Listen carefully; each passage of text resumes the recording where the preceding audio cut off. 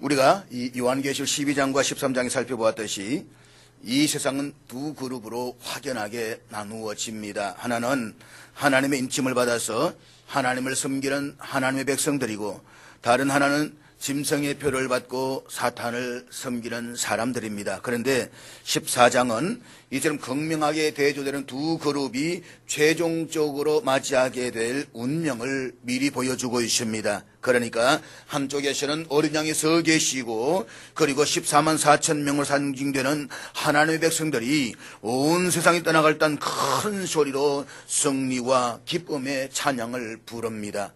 반면에 또 다른 한쪽에서는 흰 구름이 있고, 그 구름 위에 인자와 같은 이가 앉아 계시는데 그분에 의해서 무서운 재앙의 심판을 맞이하는 장면을 보여주고 있습니다.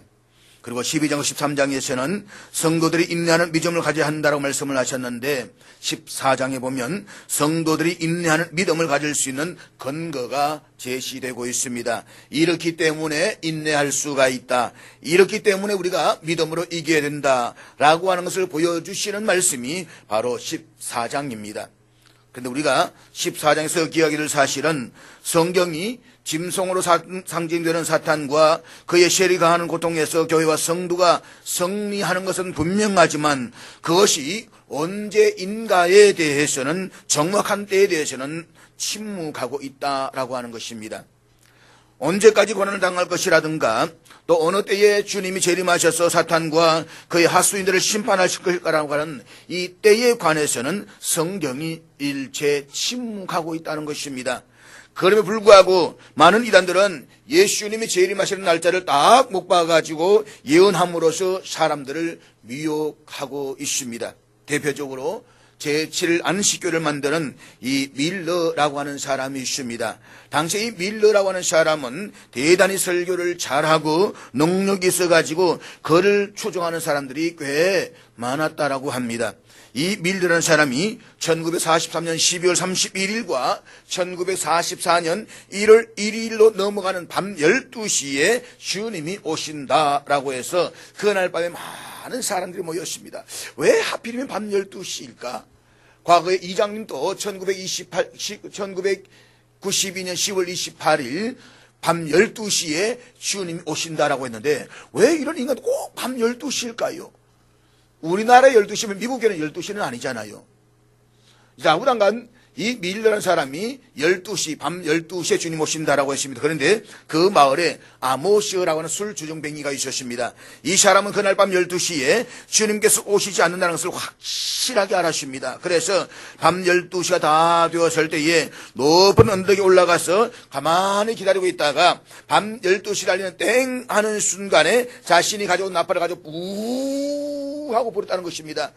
그랬더니 이것이 주님께서 강림하시는 나팔 소리다라고 하면서 사람들이 뛰어가는데, 한 사람이 넘어지려 그 사람이 걸려서 넘어지고 또 걸려서 넘어지면서 난리가 났습니다. 그렇게 해서 나팔 소리가 나면서 달려와 보니까 웬걸요, 술주정뱅이가 앉아있더라는 것입니다. 그래서 사람들이 쓰러지고 거품을 토하고 정신을 잃어버리고, 그렇지 않겠습니까?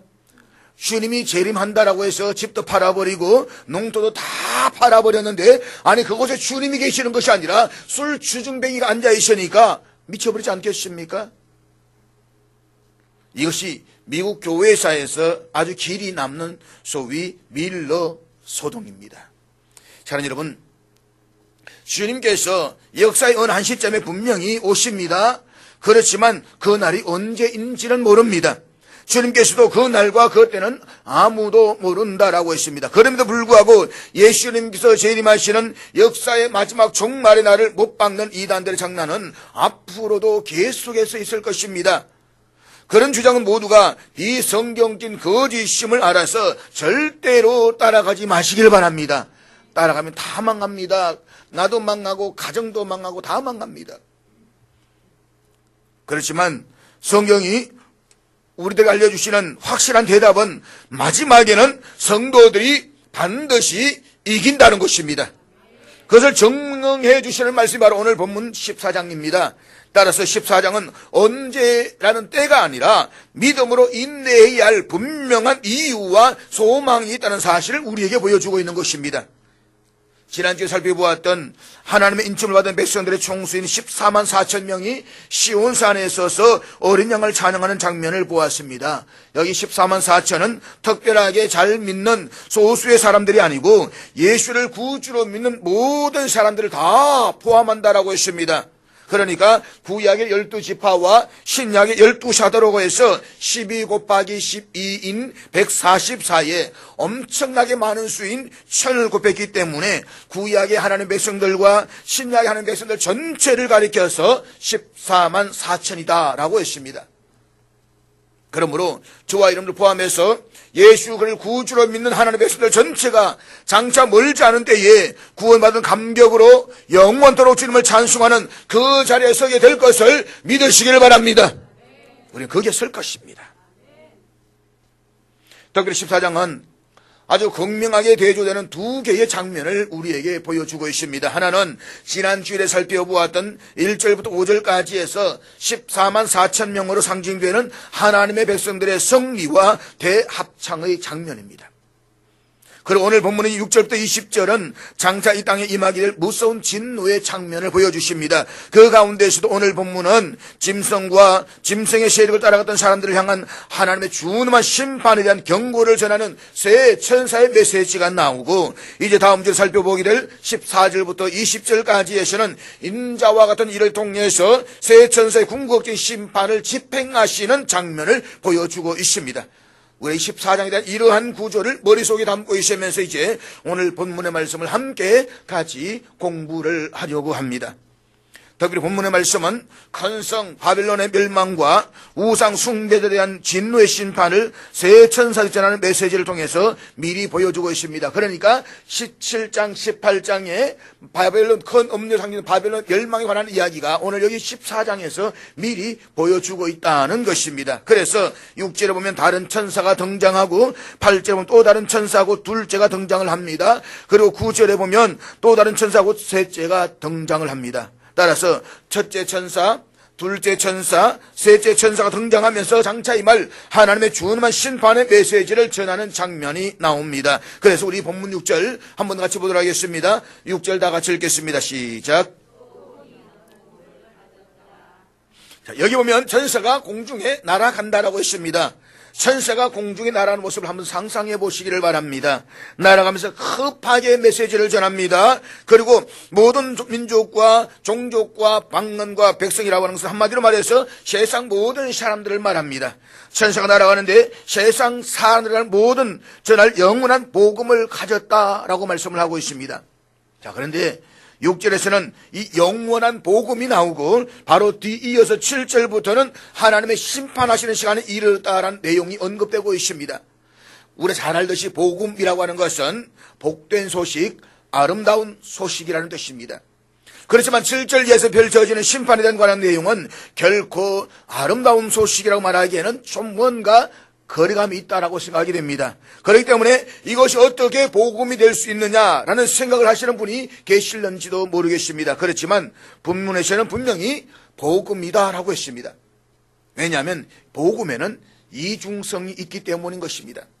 다시 말해서 하나님께서는 천년을 하루같이 참으시면서 세상 모든 사람들이 회개하고 구원받기를 원하십니다. 그렇지만 사람들이 끝까지 회개하지 않으면 결국에는 심판하십니다. 다른 한편으로는 성도들의 구원을 하신다는 것입니다. 그러니까 심판의 날은 한편으로는 불신자들을 심판하시는 날이지만 다른 한편으로는 성도들의 구원을 완성하시는 날입니다. 이것이 동시에 이루어지기 때문에 심판할 때가 이르렀다라고 하는 것은 이 말씀, 성도들의 구원의 때가 이르렀다는 말씀과 같기 때문에 성도들에게는 이 말씀이 영원한 복음이 된다는 것입니다. 그러므로 믿지 않는 자들을 향한 무서운 심판의 메시지가 구원을 얻은 저와 여러분에게는 영원한 복음인 것을 믿으시기를 바랍니다. 마지막 우리 주님 오실 때에 믿지 않는 사람 절망하며 절규하며 원통해야 하지만 우리는 찬송하며 기뻐하며 영광의 노래를 부를 것입니다. 이것이 각각 다른 날이 아니라 같은 시간 같은 때라는 것을 기억하시기를 바랍니다. 그래서 하나님의 심판은 우리에게 복음인 것입니다. 자, 그렇다면 천사가 날아가면서 세상 모든 사람 들을 정도로 큰 음성으로 외친 말이 무엇입니까? 본문 7절 말씀인데 우리 7절 다 같이 읽도록 하겠습니다. 같이 읽습니다. 시작. 지금 영원한 복음을 가지고 공중을 날아는 천사가 세상 모든 사람들을 알 수 있는 큰 음성으로 외칩니다. 하나님을 두려워하며 그에게 영광을 돌려라. 한마디로 말해서 창조자요 인생의 주권자가 되시는 하나님만을 두려워하고 하나님만을 경외하고 하나님께만 영광을 돌리라는 것입니다. 왜냐하면 하나님만이 우리의 인생들로부터 경배를 받으시기에 합당하신 분이시기 때문입니다. 그것이 하나님께서 우주 만물을 창조하신 목적이기도 합니다. 그래서 웨스트민스터 소요리 문답에 보면 첫 번째 물음을 보게 되면 사람의 제일 되는 목적이 무엇입니까? 라는 물음에 대해서 이렇게 대답을 하고 있습니다. 하나님을 영화롭게 하는 것과 그를 영원토록 즐거워하는 것입니다. 그렇습니다.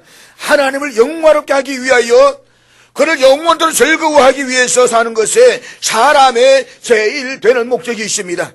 그래서 사람은 하나님의 영화롭게 할 때 비로소 인생의 즐거움을 누릴 수 있도록 지음을 받은 존재인 것을 믿으시기를 바랍니다.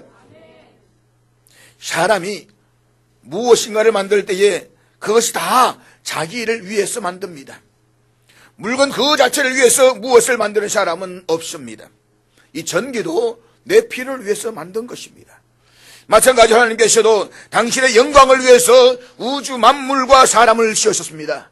그렇기 때문에 사람이 무엇 때문에 사는가, 인생에서 무엇이 가장 중요한가를 아는 것은 참으로 중요합니다. 그것을 알면 사람답게 살 수가 있습니다.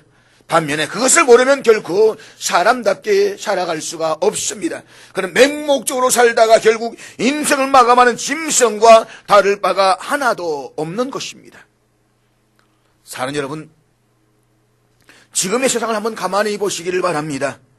이 세상에 왜 짐승맛도 못한 사람들이 그렇게 자꾸만 생겨나는지를 말입니다.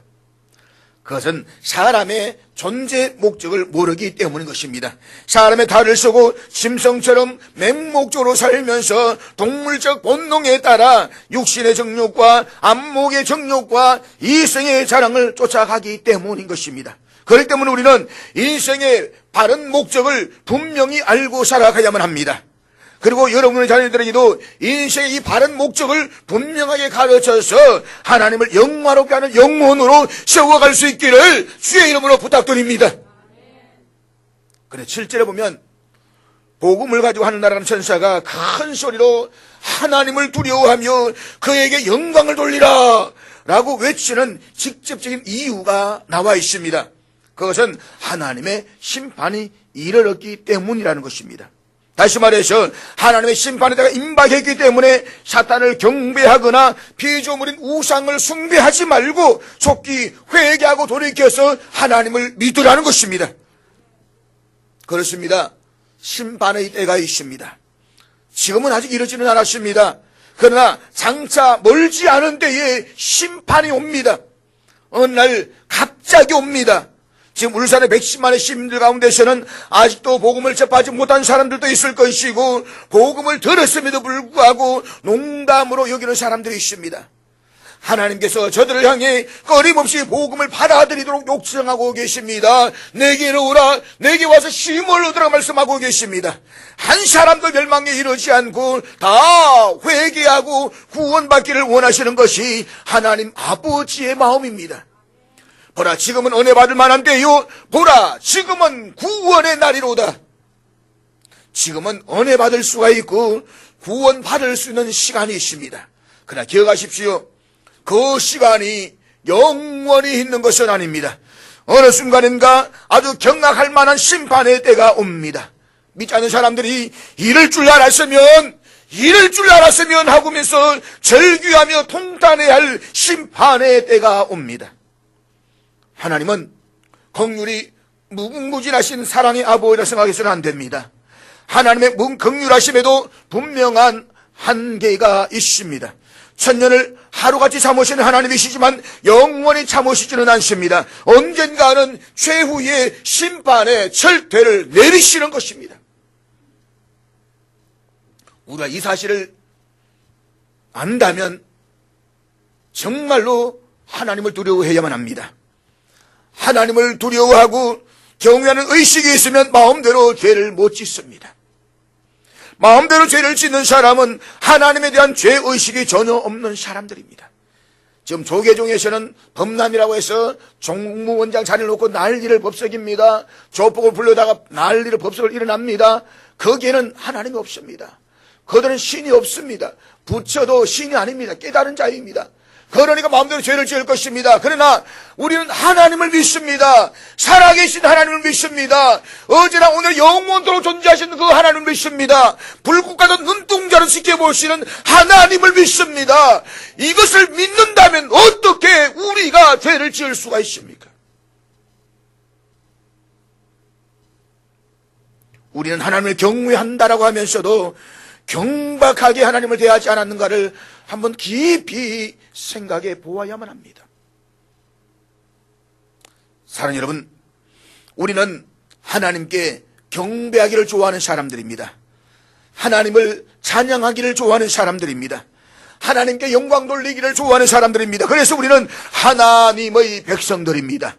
머리끝부터 발끝까지 하나님께서 우리에게 주신 그 모든 은혜에 대해서 감사와 찬양과 경배밖에는 없습니다. 코카콜라 회사의 사장은 자신의 혈관 속에 코카콜라가 흐른다라고 했지만 오늘 저와 여러분의 혈관 속에는 하나님을 영광하러 없게 하는 보혈의 피가 흐르는 줄로 믿습니다. 그래서 하나님을 찬양하는 마음으로 가득 차 있어야만 합니다. 찬양하라 내 영혼아, 찬양하라 내 영혼아, 내 속에 있는 것들아 다 찬양하라. 다시 불러보겠습니다. 찬양하라 내 영혼아, 찬양하라 내 영혼아, 내 속에 있는 것들아 다 찬양하라.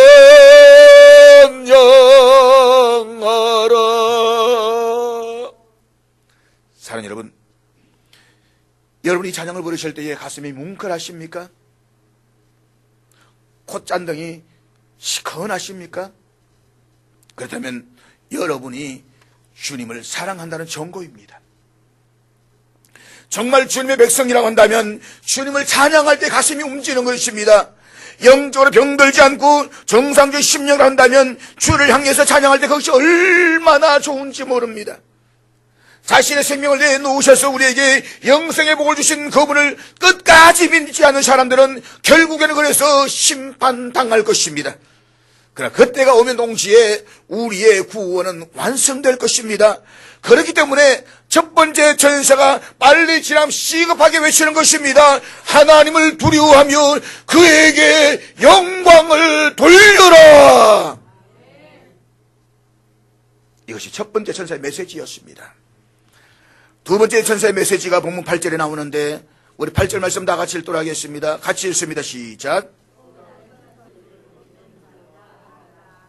두 번째 천사의 메시지는 복음을 거절하는 자들이 어떻게 되는지를 보여주고 있습니다. 복음을 전하지만 다 받아들이는 것이 아닙니다. 복음을 받아들이는 자가 있지만 받지 않는 사람이 있다는 것입니다. 오늘 이 말씀은 복음을 거절한 자들의 결과를 말씀하고 있습니다. 이것 한마디로 말해서 장송곡입니다. 무너졌도다, 무너졌도다, 큰 성 바벨론이여. 특별히 바벨론을 가리켜서 큰 성이라고 했습니다. 요한계시록 보면 이 바벨론을 말할 때에 항상 크다는 형용사가 동반되고 있습니다. 이것은 바벨론이 큰 도시였기 때문에 그렇게 부르는 것만은 아닙니다. 바벨론을 큰 성이라고 부르는 것은 그 성의 영향력이 그만큼 크기 때문이라는 것입니다. 사실 바벨론 제국에서 수도 바벨론의 영향력은 대단했습니다. 그 영향력이 제국에 미치지 않는 곳이 없었습니다. 그것은 초대교회 성도들 당시에 성도들이 바벨론을 불렀던 로마도 마찬가지였습니다. 그러니까 앞으로 주님이 오시기 직전에 하나님 믿지 않는 모든 나라의 사람들, 모든 나라들 가리켜서 우리는 바벨론이라고 말합니다. 온 세상을 다스리고 있으니까 큰 성인 것입니다. 사랑하는 여러분, 바벨론으로 상징되는 세속정신의 영향력은 대단합니다. 그런데 이들 세속정신은 하나님을 반역하고 하나님을 거스르는 인본 중심의 문화입니다. 이런 세속정신은 갈수록 하나님을 멀리하고 더 악해질 것입니다. 세상의 마지막이 가까울수록 바벨론의 시대정신은 더 이 땅에 차고 넘쳐서 강력한 힘을 발휘하게 될 것입니다. 그래서 주님이 오시기 직전에 가면 바른 신앙을 가지고 거룩한 삶을 살아가기가 얼마나 어려워지는지 정상적인 생활하기가 힘들다라고 했습니다. 그렇지만 본문 8절에서 두 번째 천사의 소리 외치는 소리를 한번 들어보시기 바랍니다. 무너졌도다 무너졌도다 큰 성 바벨론이여. 이것은 바벨론으로 상징되는 이 세상 세속 문명의 최후 파멸에 대한 선언입니다. 여기서 무너졌다는 말은 원문으로 보았을 때의 과거 분사입니다. 과거 분사는 이미 완성된 행동을 가리킬 때에 사용합니다. 그런데 이 말이 두 번이나 사용되고 있습니다. 이것은 너무나도 확실하다는 것입니다. 물론 바벨론의 파멸은 아직 일어난 일이 아닙니다. 그러나 그것은 멀지 않은 내에 일어날 것입니다. 보시다시피 세속 문명은 아직도 건재합니다. 화려합니다. 불나방들이 모여들 정도로 엄청납니다. 그렇지만 앞으로 다 무너진다는 것입니다. 무너졌도다 무너졌도다 큰 성 바벨론이여. 천사 이 선언은 예언적 과거로서 아직은 비록 세속 문명의 파멸은 이루어지지 않았지만 그것은 이미 이루어진 일처럼 너무나도 확실하다는 것입니다. 사람들은 이 세상이 영원하려고 생각하지만 그것은 헛된 생각입니다. 평안하다 안전하다 할 그때에 호련히 멸망이 이르게 될 것입니다. 그것이 17장과 18장에 가면 큰 성 바벨론이 무너지는 장면을 보여주고 있는 것입니다. 본문의 천사의 예고가 그대로 성취되는 것입니다. 그런데 이 큰 성 바벨론이 왜 무너진다라고 했습니까? 왜 무너졌습니까? 바로 음행 때문입니다. 그의 음행으로 말미암아 진노의 포도주를 먹이던 자로다. 여기서 음행은 하나님에 대한 정죄를 버리고 세상을 사랑해서 하나님을 섬기지 않는 것을 말합니다. 우리 성도는 절대로 그렇게 하지는 않겠지만 사랑 여러분, 결혼의 태도를 벗어나서 어떤 이성적 관계도 있어서는 안 되는 것입니다. 저와 여러분 깨끗하게 사시기를 바랍니다. 정말 깨끗하게 사시기를 바랍니다. 세상을 떠날 때까지 여러분의 남편과 아내만을 아시기를 바랍니다. 다른 사람에게 눈길을 주면 안 됩니다. 지금 전 세계가 음행의 포도주에 취해 있습니다. 하나님에 대한 정죄를 버린 음행의 포도주에 취해 있습니다. 온 세계가 방탕하고 있습니다. 그런데 잘 들으십시오. 음행의 포도주는 진노의 포도주라고 했습니다. 그 진노의 포도주는 진노의 잔에 섞인 것이 없이 부은 포도주라고 했습니다. 희석시키지 않은 포도주인데 원래 독감이 그대로 있는 포도주를 의미하는 것입니다. 그러니까 장차 임할 하나님의 심판은 하나님의 진노가 조금도 누그러지지 않은, 그러니까 하나님의 자비를 도무지 기대할 수 없는 무시무시한 심판이 될 것이라는 말씀입니다. 사랑하는 여러분, 오늘 이 세상의 사람들의 타락은 상상을 초월합니다. 요즘 사회에서는 남편이나 아내 외에 애인이 없으면 바보라고 말합니다. 저는 바보 중에 상바보입니다. 바람난 공화국이라는 말까지 있습니다. 성도로서 결코 예외가 아닙니다. 여러분의 자녀들을 신앙으로 양육시키지 않고 세상 출세만을 위해서 학교와 학원에만 보냈을 때에 그 영혼들이 어떻게 될 것인가를 한번 생각해 보십시오. 악하고 패역하고 음란하고 하나님을 거스르고 음행의 포도주가 가득 차서 전과 취한 이 세대에 여러분의 자녀들이 하나님의 백성으로 어떻게 살아갈 것인가를 한번 생각해 보십시오. 여러분이 정신을 차리지 않으면 자녀들은 사탄의 영적 싸움에 밥이 되고 말 것입니다. 우리가 정신을 차려야 됩니다. 아버지 내가 정신을 차려야 되고 어머니는 여러분들 정신을 차려야 되는 것입니다.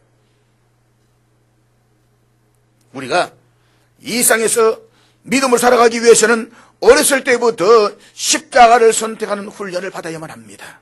다시 말해서 우리의 자녀들이 세상에서 출세를 해야 하겠지만 그것이 하나님을 멀리하는 방식으로 해서는 안 된다는 것입니다. 하나님이 기뻐하시는 방식으로 살도록 훈련을 받아야만 합니다. 그러면 하나님께서는 어떤 방법으로든 어떤 길로든 선한 길로 인도해 주실 것입니다. 우리는 이 사실을 믿어야만 합니다. 다음 세대가 무너지고 있습니다. 그냥 무너지는 것이 아니라 사상 앞에 무너지고 엄난한 문화 속에서 무너지고 있습니다. 어명의 포도주를 인해서 다 취하고 있습니다. 이것이 진노의 포도인 줄도 알지 못하고 말입니다. 잊지 마십시오. 우리의 자녀들에게 진노의 포도주를 마시게 해서는 안 됩니다. 이것이 두 번째 천사의 메시지였습니다. 그렇다면 세 번째 천사의 메시지가 무엇입니까? 본문 9절과 10절 말씀, 9절과 10절 우리 다 같이 읽겠습니다. 시작. 이것은 짐승을 섬기는 자들에 대한 최후의 심판에 대한 예고입니다. 본문은 하나님을 거역하고 짐승을 섬기는 자들이 궁극적으로 처하게 될 끔찍한 운명을 보여주고 있습니다. 하나님을 거부하는 자들의 마지막 운명은 우리가 상상조차 하기 어려운 고통입니다. 그들은 사탄과 그의 하수인인 적그리스도와 거짓 선자들과 함께 영원히 꺼지지 않는 유황불못에 던져져서 영원한 고통을 당하게 될 것입니다. 그래서 11절의 말씀을 같이 보도록 하겠습니다. 우리 11절 다 같이 읽겠습니다. 그 고난의 연기가 세세토록 올라가리로다. 짐승과 그의 우상에 경배하고 그의 이름표를 받는 자는 누구든지 밤낮 쉼을 얻지 못하리라 하더라. 우리 13장 마지막 절에 보면 적그리스도의 표를 오른손이나 이마에 받지 못한 사람들은 매매를 못하게 하는 대환란이 온다라고 했습니다. 그런데 그런 대환란의 날이 올 것이라는 말씀이 있고 나서 14장에 오게 되면 상황이 완전히 반대로 나타납니다. 그러니까 오른손이나 이마에 그 짐승의 표, 적그리스도의 표를 받은 사람들은 이 땅에서 일시적으로는 편안할 것입니다. 일시적으로는 잘 살 것입니다. 그러나 그들은 하나님의 진노의 포도주를 마신다라고 했습니다. 그리고 지옥에서 불과 유황으로 고난을 받는다라고 했습니다. 최후의 심판을 보여주고 있는 것입니다. 여러분, 지옥은 하나님의 임재와 영원한 복락과 영광으로부터 추방된 자리입니다. 거기에서 영원히 고난을 받는다라고 했습니다. 성도들은 이 땅에서 고난을 당해도 잠깐입니다. 잠깐의 시간이 지나면 성도들의 몸은 천국에서 그 영광을 감당할 수 있도록 썩지 않을 영광스럽고 신령한 몸으로 변화됩니다. 반면에 불신자들은 이 땅에서는 비록 별 어려움 없이 살았는지는 모르지만 잠깐 후면 불과 유황 속에서 영원히 고난을 당하게 될 것입니다. 지금 우리의 몸은 절대로 불을 감당하지 못합니다. 여러 몸이 불 속에 들어가면 금방 타고 사라집니다. 그런데 지옥불 속에 들어가면 그 몸이 타지 않고 그대로 영원히 살아있습니다. 그렇게 몸이 변화된다는 것입니다. 그리고 그 고난의 연기가 세세토록 올라간다는 것입니다. 그래서 밤낮 쉼을 얻지 못한다는 것입니다. 아픈데 쉬지를 못합니다. 고통스러워서 좀 쉬고 싶은데 쉬지를 못합니다. 그 고난의 연기가 세세토록 1년도 아니고 10년도 아니고 100년도 아니고 세세토록 올라간다라고 했습니다. 사랑하는 여러분, 상상해 보십시오. 밤낮 쉬지를 못합니다. 이가 아파서 통증이 올 때에 얼마나 힘이 듭니까? 그것이 한번 계속된다고 생각을 해보십시오. 견디지 못할 것입니다. 지옥의 고통이 밤낮 쉬지 않고 계속된다라고 했습니다. 그것도 영원히 말입니다.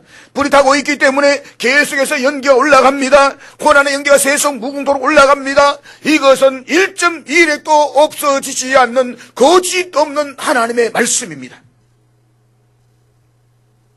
근데 여러분, 천사가 왜 여기에서 악인들에 대한 심판을 경고하고 있는 것일까요? 악인들 하여금 하나님의 최후의 심판의 경고를 듣고 회개하도록 하기 위함일까요? 물론 그렇게 생각할 수도 있습니다. 하나님은 모든 사람이 구원에 이르기를 원하시기 때문에 악인들의 심판의 경고를 듣고 회개를 바라신다라고 말씀할 수가 있습니다. 사실 오늘의 말씀은 믿지 않는 불신자들에게는 엄청난 경고입니다. 이 엄청난 경고를 불신자들이 들어야만 합니다. 알아야만 합니다. 그리고 회개하고 주님께로 돌아와야만 합니다. 그러나 이것은 표면적인 생각일 뿐, 하나님께서 사도 요한을 통해서 마지막 심판에 대한 예고를 미리 보여주시는 내면적이고도 본질적인 의도는 다른 데 있습니다. 사랑하는 여러분, 요한계시로 읽는 사람들이 누구입니까? 불신자들입니까? 아닙니다. 바로 고난의 시대를 지나가고 있는 교회와 성도들입니다. 따라서 심판의 경고를 듣고 보는 것도 교회와 성도들입니다. 그렇기 때문에 심판의 경고는 단순히 악인들의 회개를 위해서 기록되었다고만 말할 수는 없다는 것입니다. 그렇다면 오늘 본문에서 하나님의 마지막 심판의 경고를 통해서 교회와 성도들에게 주시고자 하는 메시지가 무엇입니까? 그리고 우리가 이 사실을 생각한다면 또한 어떻게 살아야 되겠습니까? 본문은 두 가지를 말씀하고 있습니다. 먼저는 끝까지 인내로 믿음을 지키라는 것입니다. 그것이 본문 12절 말씀인데 우리 12절 다 같이 읽도록 하겠습니다. 같이 읽습니다. 시작. 자, 12절 13절은 셋째 천사의 환상을 통해서 보았던 사도 요한의 말입니다. 그래서 셋째 천사처럼 말이 아니라는 것입니다. 요한의 말입니다. 그런데 이 말씀을 좀 번역하면 번역에서 조금 문제가 있습니다. 공동번역을 보면 본문의 의미가 보다 분명해지고 있는데 앞에 있는 공동번역 우리 한번 다 같이 읽겠습니다. 시작. 그래서 하나님의 계명을 지키고 예수께 대한 믿음을 지키는 성도들에게는 인내가 필요한 것입니다. 그러니까 믿음을 지키는데 인내가 필요하다는 것입니다. 그래서 성도들 하여금 악인들에 대한 심판의 경고를 듣고 세상의 핍박이 오더라도 믿음을 가지고 인내하라는 것입니다. 왜냐하면 영원한 영광의 세계를 우리에게 보여주시고 또 영원한 영벌의 세계를 보여주셨기 때문에 이제 그 영광과 영벌을 보는 사람으로서 이 세상을 살아가는 동안에 적그리스도를 따라가야 할 이유가 하나도 없다는 것입니다. 아무리 고통스러워도 어린 양이 인도하시는 대로 따라가야지 조금 고통스럽다라고 해서 신앙을 포기하고 적그리스도를 따라가야 할 이유가 하나도 없다는 것입니다. 그러니까 성도들이 인내할 만한 근거를 제시해주고 있는 것입니다. 그리고 하나님께서 마저 심판의 때를 미리 보여주시는 것은 보다 중요한 이유가 있습니다. 그것은 성도들로 하여금 무슨 심판을 받을 자리에 있지 말라라고 경계하기 위함에 있는 것입니다. 다시 말해서 짐승과 우상을 숭배하면서 세속 정신을 쫓아 살게 되면 오늘 본문에 기록된 악인들과 같은 운명에 처할 것이기 때문에 각별히 조심하라는 것입니다. 믿음을 지키라는 것입니다. 인내하면서 믿음을 지켜서 심판의 자리에 서지 말라는 것입니다. 당시 요한계시를 읽었던 성도들은 엄청난 핍박과 세속 정신의 유혹 속에 살고 있었습니다. 그렇기 때문에 자칫하면 신앙을 버리고 세상으로 갈 수도 있었습니다. 실제로 디모데후서 4장에 보면 대만은 세상을 사랑하여 바울을 떠나고 데살로니가로 갔다라고 했습니다. 그래서 하나님은 불신과 배교의 결과가 무엇인지를 분명하게 보여주심으로써 성도들 하여금 끝까지 신실한 자로 남도록 촉구하고 계시는 것입니다. 그렇습니다. 여러분, 어떤 상황에서도 하나님의 계명과 예수의 믿음을 지킬 수 있는 인내와 말씀대로 살아가시기를 주의 이름으로 축복합니다. 우리가 말씀대로 사는 것이 수천억을 버는 것보다 훨씬 더 귀한 줄로 믿으시기를 바랍니다. 두 번째는 어떻게 살아야 되겠습니까? 두 번째는 장차 하늘에서 누리게 될 축복을 기억하라는 것입니다. 그것이 본문 13절 말씀인데 우리 13절 나같이 읽도록 하겠습니다. 같이 읽습니다. 시작. 여기 오면 주 안에서 죽는 자들은 복이 있다라고 했습니다. 순교를 말합니다. 다시 순교적 삶을 살았던 것을 이야기한다는 것입니다. 순교는 상실이 아니라 제일 큰 복으로 들어가는 길입니다. 주님과 한 집에서 살기 위한 길입니다. 우리가 주의 말씀대로 살다가 고난을 받으면 참으로 복된 사람인 줄로 믿으시기를 바랍니다. 복이 있도다 라고 하셨습니다. 영원한 안식을 맛봅니다. 하나님의 상급을 체험합니다. 여러분들이 땅 위에 있는 동안에 믿음으로 바르게 살면 하나님께서 여러분이 바르게 살았던 것들에 대해서 상급을 주십니다. 행한 일이 따른다라고 했습니다. 여러분이 땅 위에 생하신 일들이 여러분이 세상을 떠나가면 여러분을 따라간다는 것입니다. 금과 은은 따라가지 못하지만 여러분이 이 땅 위에서 바르게 산 것은 그대로 여러분을 따라갑니다. 그리고 하나님께서 평가해 주십니다. 기억하십시오. 하나님의 상급이 반드시 있습니다. 그래서 사도 바울은 고린도전서 15장 58절에서 이렇게 말씀하고 있습니다. 같이 읽습니다. 시작. 그러므로 내 사랑하는 형제들아 근실하며 흔들리지 말고 항상 주의 일에 더욱 힘쓰는 자들이 되라. 너희 수고가 주 안에서 헛되지 않은 줄 알미라. 주의 일에 힘쓰는 여러분의 수고가 결코 헛되지 않습니다. 여러분이 교회학교 교사로, 찬양대원으로, 또 차량봉사, 주방봉사로 주의 일에 힘쓰는 모든 일들이 다 하나님 앞에서 기억될 것입니다. 여러분들이 물질로 섬기는 것이 하나님 앞에서 다 기억이 됩니다. 그리하여서 하나님께서 때가 되면 상급으로 돌려주실 것입니다. 그 상급이 무엇이 될는지는 우리가 천국에 가보면 알게 될 것입니다. 분명한 것은 영광스러운 상급일 것입니다. 그래서 우리의 초점은 이 땅이 아니라 보이지 않는 저 영원한 천국이어야만 합니다. 보이는 것은 잠깐이요, 보이지 않는 것은 영원합니다. 그러므로 장차 누리게 될 영원한 나라에서의 삶을 바라보면서 끝까지 인내하는 믿음으로 주 앞에서 충성되게 살아가는 저와 여러분들 수 있기를 주의 이름으로 축복합니다.